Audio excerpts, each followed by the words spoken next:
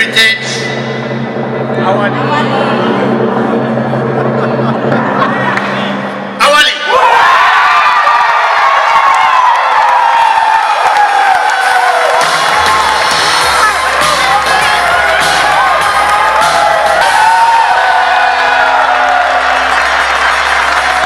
Nous avons 11 awards. 7 awards dont le cumul désignera le Chairman's Award. Le Most Innovative Service Award a été concouru plus tôt cet après-midi. Tous nos hôtels ont présenté dans l'auditorium, devant un panel de jury relevé, leurs meilleures innovations. Nous avons également apporté quelques nouveautés. 3 awards hors concours. Les awards du Most Outstanding Achievement de l'année, du Best Customer Champion et du Most Inspiring Leader. VLH aborde ces années de relance avec un bilan extrêmement sain et positif.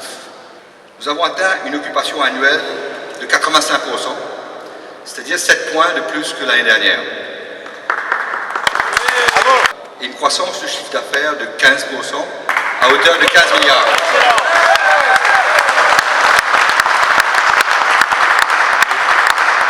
Et des profits before tax de 200 millions. C'est une des meilleures, sinon la meilleure progression de la performance hôtelière à Maurice cette année. Le premier, en partenariat avec Rogers, continuait à développer l'offre touristique de la destination Belle-Ombre par la qualité et le choix des prestations, loisirs et hébergements.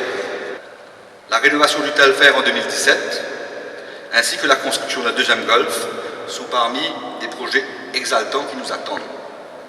Après le succès du nouveau véranda Pointe-aux-Biches, nous avons en ligne de mire la rénovation du véranda Paul-et-Virginie et la venue d'un 5e hôtel véranda dans le portefeuille.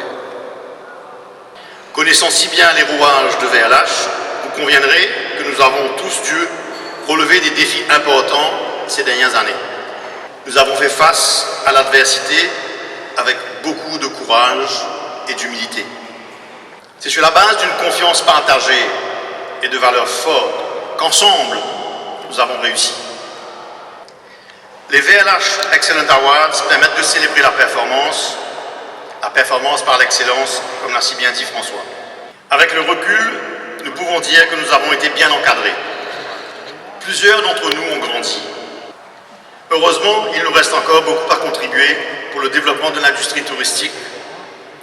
Nous restons empowered, mobilisés et partie prenante pour élargir notre mission et aider le groupe à rester le leader incontournable du développement touristique de notre île. Dès le début de mon mandat, j'ai mis beaucoup d'emphase sur les ressources humaines et j'ai eu un peu de problème quelquefois avec les chefs des hôtels, tout ça, parce qu'on voulait vraiment qu'on donne toute l'importance voulue aux ressources humaines en général, mais aussi qu'on puisse voir ce que quelquefois on ne voit pas, c'est-à-dire les qualités, les talents qui existent chez nous-mêmes. À Maurice, il fallait pouvoir reconnaître ça correctement.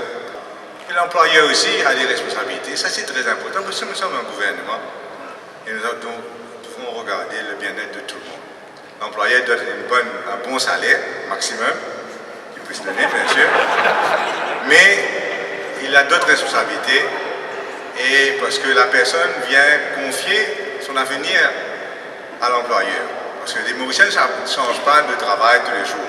Donc la responsabilité de l'employeur, c'est d'encourager, encadrer, comme ça dit Philippe, faire grandir l'employé, lui donner toutes ses chances. On peut avoir un bon employé, un mauvais employé aussi on a. Ça on entend souvent, pas travail bien. On peut avoir un bon employeur, et on peut avoir aussi un mauvais employeur. C'est ça aussi le message. Et quand je regarde un peu dans l'hôtellerie, il y a plusieurs hôtels qui ont beaucoup d'étrangers qui travaillent pour eux. C'est pas que dans l'hôtellerie ça, hein? C'est aussi souvent dans la construction partout. Et moi je vois que ce sont généralement les mauvais employeurs qui emploient beaucoup d'étrangers. Les bons employeurs, ils savent attirer chez eux ces Mauriciens de valeur qui vont travailler pour eux.